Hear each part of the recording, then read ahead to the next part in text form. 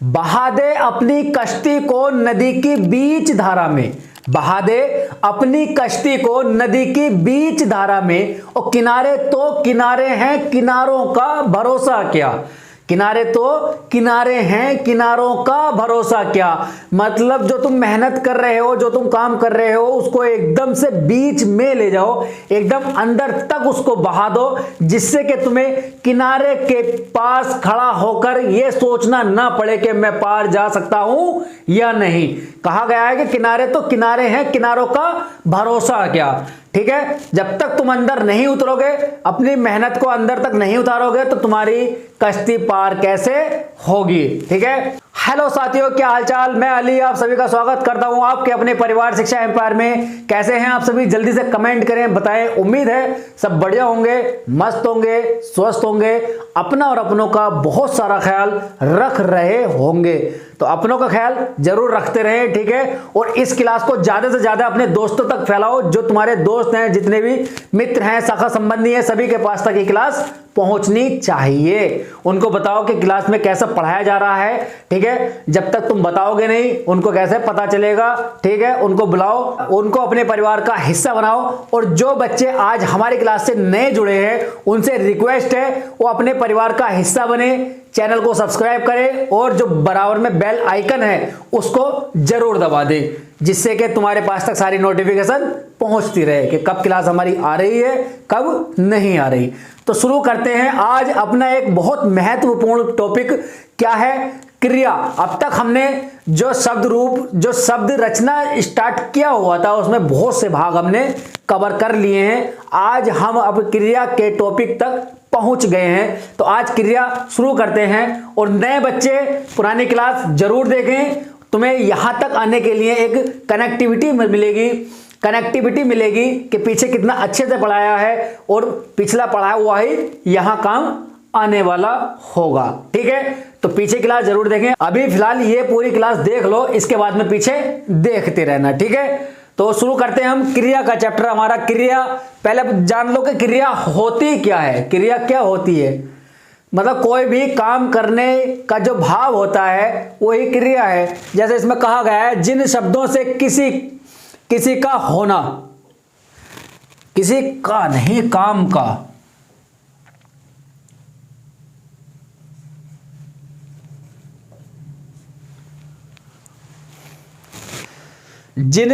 जिन शब्दों से किसी काम का होना, जिन शब्दों से किसी काम का होना पाया जाता है, या कार्य का होना पाया जाता है, या करना पाया जाता है, तो वहां क्रिया होती है। उन शब्दों को क्रिया कहते हैं। ठीक है, तो जैसे क्या होता है क्रिया? पढ़ना हो गया, पढ़ना, लिखना, खाना, टहलना, हंसना आदि, ये सब क्या है? क्रियाएं हैं। ये किसी धातु से मिलकर बनी होती हैं। जैसे यहां है हंसना, हंस धातु से मिलकर बनी है। पठ धातु से पढ़ना बना है। लिख धातु से लिखना। तो इस तरह से ये क्रियाएं बनी होती हैं। अब क्रिया के कुछ भेद भी होते हैं। हर चीज के अपने अपने अलग अलग प्रकार होते हैं। कोई किसी तरह का होता है, कोई किसी तरह का होता है। अभी पीछे हमने जो कुछ देखा है, हर एक टॉपिक, हर एक सब टॉपिक किसी न किसी तरह से प्रकार होते थे। यहां भी क्रिया के भी कुछ भेद हैं। भेद मतलब प्रकार से ही होता है, इसको प्रकार ही बोलते हैं। कितने प्रकार का हुआ, तो क्रिया के कितने भेद होते हैं? क्रिया के दो भेद होते हैं। दो तरह से क्रिया में देखने को मिलती है, रचना के आधार पर और कर्म के आधार पर। रचना के आधार पर और कर्म के आधार पर। कर्म के आधार पर तो दो ही तुम्हें देखने को मिलती हैं, अकर्मक और सकर्मक। दो प्रकार की होती हैं, अकर्मक और सकर्मक। मेन मुद्दा आता है हमारा रचना के आधार पर। रचना के आधार पर हमें ज्यादा देखने को मिलती है। कैसे? मूल या रूढ़ क्रिया। पहली मूल या रूढ़ क्रिया, दूसरी यौगिक क्रिया। अब यौगिक क्रिया के अंदर भी चार क्रियाएं आती हैं। कौन सी? प्रेरणार्थक क्रिया, संयुक्त क्रिया, अनुकरणात्मक क्रिया और नाम धातु क्रिया। नाम धातु क्रिया। ठीक है, तो ये कुछ इसके वर्गीकरण था। क्रिया का कुछ वर्गीकरण है, इसको जल्दी नोट करो। इसी तरह से नोट करो, अच्छे से तुम्हें समझ में आया होगा, जल्दी नोट करो इसको। आगे हम देखते हैं, एक एक करके देखेंगे, घबराने की जरूरत नहीं है, बहुत अच्छे से समझाया जाएगा, बिल्कुल तल्लीनता के साथ में आपको समझाया जाएगा, जिससे कि आपको बहुत अच्छे से समझ में आ जाए। तो एक एक करके अब इसको देखते हैं, इसको नोट करो। पहले हम शुरू करते हैं अपना मूल या रूढ़ क्रिया क्या होती है, ठीक है, इसको देखते हैं हम, पहले यहीं से शुरू करेंगे हम। इसको नोट करो, मिटा रहा हूं मैं इसको, आगे देखते हैं अब। तो जो हमने अभी वर्गीकरण देखा था, उसमें पहली जो हम स्टार्ट कर रहे हैं, मूल या रूढ़ क्रिया। कौन सी? मूल या रूढ़ क्रिया कौन सी होती है? वे क्रियाएं जो धातु से बनी होती हैं, सीधे धातु से ही बन जाती हैं। जैसे खा एक धातु है, खास धातु से बनाया, खाना, खाया, खाती, खाए, खाऊं, खाऊंगा या खाएगा आदि, ये सब क्या है? खा धातु से बनी है। मेन धातु, मुख्य धातु है इनकी खा से ही ये सब बनी होती हैं, ठीक है। जैसे देख धातु से देखा, देखें या देखता, देखूं। ले धातु से लेना, लिया, लेंगे या लेता, ये सब क्या है? धातु से बनी होती हैं। जो क्रियाएं धातु से बनी होती हैं, जो क्रियाएं धातु से बनी होती हैं, ये मूल या रूढ़ क्रियाएं कहलाती हैं, ठीक है। मूल या रूढ़ क्रियाएं कहलाती हैं। दूसरी क्या है हमारी? दूसरी है यौगिक क्रिया। यौगिक क्रिया कौन सी होती है? वे क्रियाएं जो एक से अधिक तत्वों से मिलकर बनी होती हैं। वे क्रियाएं जो एक से अधिक तत्वों से मिलकर बनी होती हैं, वे यौगिक क्रियाएं कहलाती हैं। अब ये भी क्या है? ये भी 4 प्रकार की होती हैं। ये भी 4 प्रकार की होती हैं। कौन कौन सी? अभी पीछे वर्गीकरण में दिया था ना मैंने, वर्गीकरण में, तो उसमें भी पहली हम यहां शुरू कर रहे हैं प्रेरणार्थक क्रिया। पहली शुरू कर रहे हैं प्रेरणार्थक क्रिया। ये क्या है?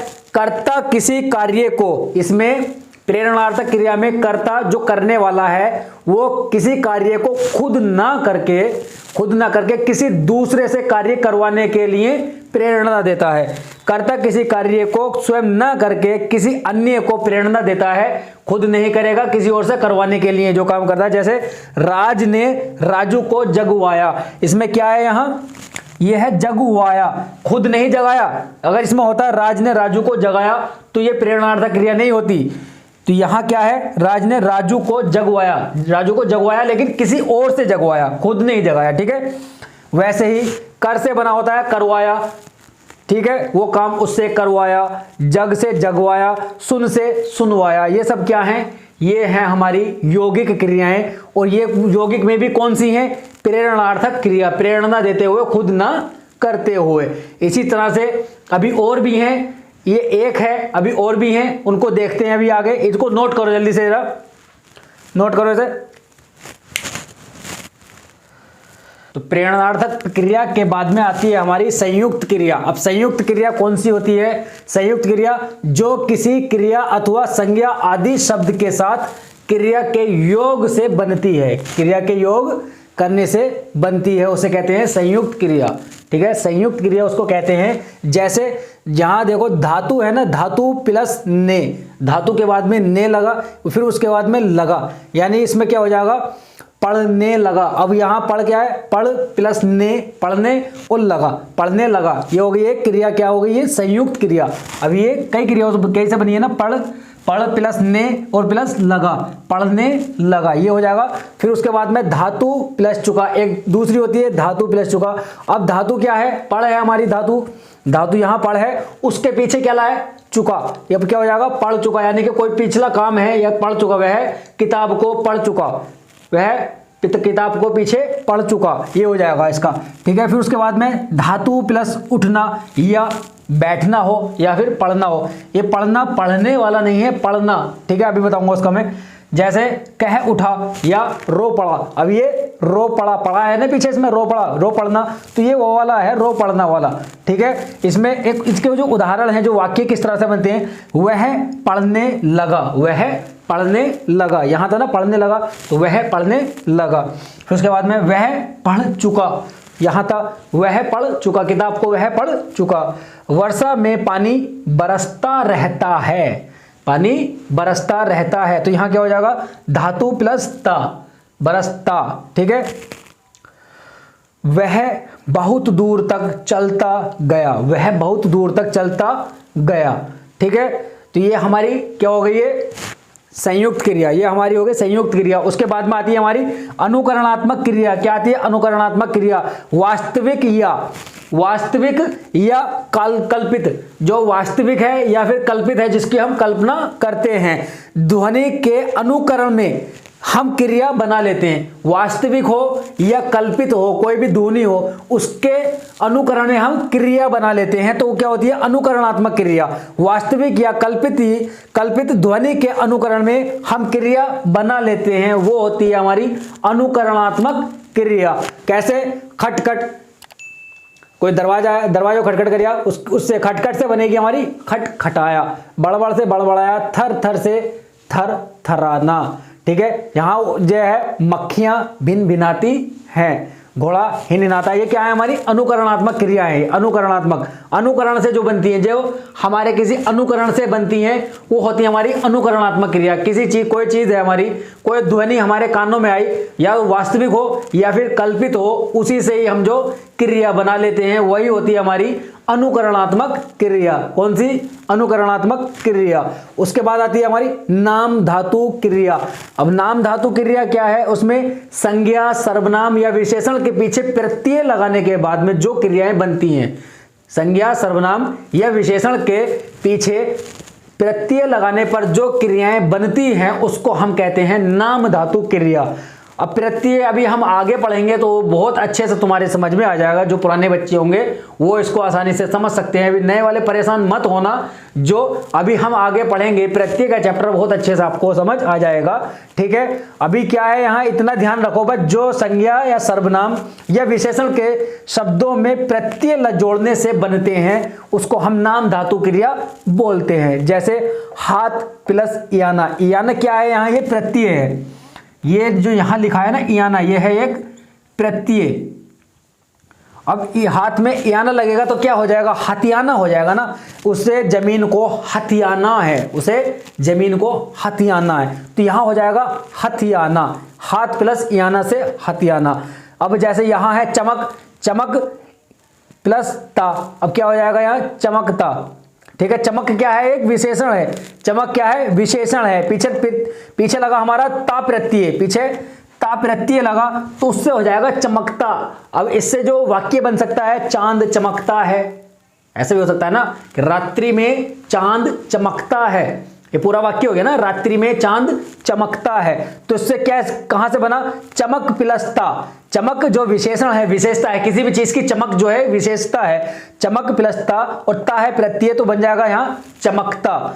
चांद चमकता है, या रात्रि में चांद चमकता है। त्याग प्लस ना। अब यहां क्या है? त्याग। त्याग प्लस ना, अब त्यागना हो जाएगा दोनों। ये ना क्या है? प्रत्यय है। ठीक है, त्यागना। उसे शराब को त्यागना होगा, उसे शराब को त्यागना होगा। ये इसका पूरा वाक्य जो बनकर आया है। यहां जो त्यागना आया है, ये क्या है? नाम धातु क्रिया है। क्यों है नाम धातु क्रिया? क्योंकि ये संज्ञा या सर्वनाम या विशेषण के पीछे या विशेषण के साथ प्रत्यय को जोड़ने से बनी क्रिया होती है। तो क्या हो जाएगी? ये नाम धातु क्रिया, त्यागना। अब यहां है रंग प्लस ना, अब क्या होगा? यहां रंगना हो जाएगा। ठीक है, रंग क्या है? संज्ञा है, और ना क्या है? ना है अपना हमारा प्रत्यय। तो दोनों को जब हम जोड़ेंगे तो ये हो जाएगा हमारा रंगना। उसके बाद में जो वाक्य बनेगा, मुझे उसको रंगना है, मुझे पेंटिंग को रंगना है, मुझे दीवार को रंगना है, इस तरह से हो जाएगा। ठीक है, तो ये हमारी अभी नाम धातु क्रिया है। ठीक है, और उम्मीद करता हूँ बहुत अच्छे से तुम्हें समझ में आया होगा। पूरी कोशिश की गई है तुम्हें समझाने के लिए। ठीक है, और क्लास कैसी लगी, क्लास कैसी लगी कमेंट करके जरूर बताना। लाइक शेयर सब्सक्राइब जरूर करो। ठीक है, और जितने भी तुम्हारे दोस्त हैं, मित्र हैं, शाखा संबंधी हैं, सभी के पास तक इस क्लास को भेजो और लाइक शेयर सब्सक्राइब कराते रहो। तो अब मिलते हैं अब अगले सेशन में। तब तक के लिए हंसते रहें, मुस्कुराते रहें, अपना और अपनों का बहुत सारा ख्याल रखें। जय हिंद, बाय।